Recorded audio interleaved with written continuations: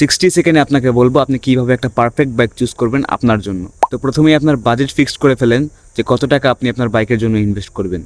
আর bike কেনার পর যদি সকল রাইডিং গিয়ার্স একসাথে না কিনতে পারেন তাহলে অন্তত 5,000 টাকা আপনার বাইকের বাজেট থেকে আলাদা করে রাখেন, যাতে একটা ভালো মানের সার্টিফাইড হেলমেট আপনি কিনতে পারেন। অ্যান্ড তারপর আপনি ডিসাইড করেন আপনি একটা বাইক থেকে কী চাচ্ছেন। যেমন সিটি কমিউটের জন্য বাইক আলাদা, আবার লং ট্যুরের জন্য বাইক আলাদা। আর এই জায়গায় আপনি ডিসাইড করবেন যে আপনি প্র্যাকটিক্যাল পারচেস করবেন নাকি ইমোশনাল পারচেস। ইমোশনাল ব্যাপারটা হচ্ছে গিয়ে কোনো একটা বাইক যেটা আপনার অনেক আগে থেকেই ভালো লাগে বা কোনো একটা বাইকের প্রতি আপনার একটা সফট কর্নার আছে, তো সেই ক্ষেত্রে আপনার তো ভাবার দরকার নাই, জাস্ট ওই বাইকটার কিছু টেস্ট রাইড আপনি নিয়ে ফেলান। আর আপনার জন্য যদি অ্যাফোর্ডেবল হয় বাইকটা তাহলে চোখ বন্ধ করে বাইকটা নিয়ে ফেলান, কারণ একটা বাইকই নেবেন, মনকে খুশি করা দরকার।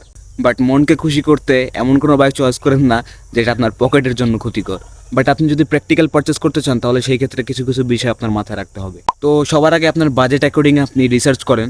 ইউটিউবে আপনার বাজেট অ্যাকর্ডিং সার্চ করলে ইজিলি 10-12টা বাইক আপনি পেয়ে যাবেন। বাট চ্যালেঞ্জ হচ্ছে এখান থেকে যে কোনো একটা বাইক আপনাকে চুজ করতে হবে।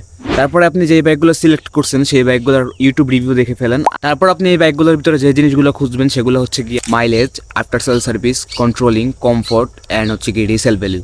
তারপরে যেসব বাইকে এই সুবিধাগুলো নাই সেই সব বাইককে আপনি এলিমিনেট করে দেন। অ্যান্ড এটা করার পরে হার্ডলি আপনার কাছে 3 থেকে 4টা বাইকই থাকবে।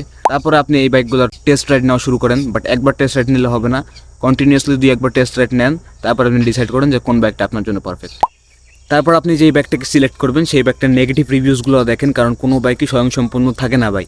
বাট প্রত্যেকটা বাইক যে যা জায়গায় পারফেক্ট। তাই এতটুকু শিওর হয়ে নেন যে আপনি যেই বাইকটাকে সিলেক্ট করছেন সেই বাইকটার ক্ষেত্রে যে কমতিটা আছে সেই কমতিটা আপনাকে ফিল করাবে কিনা।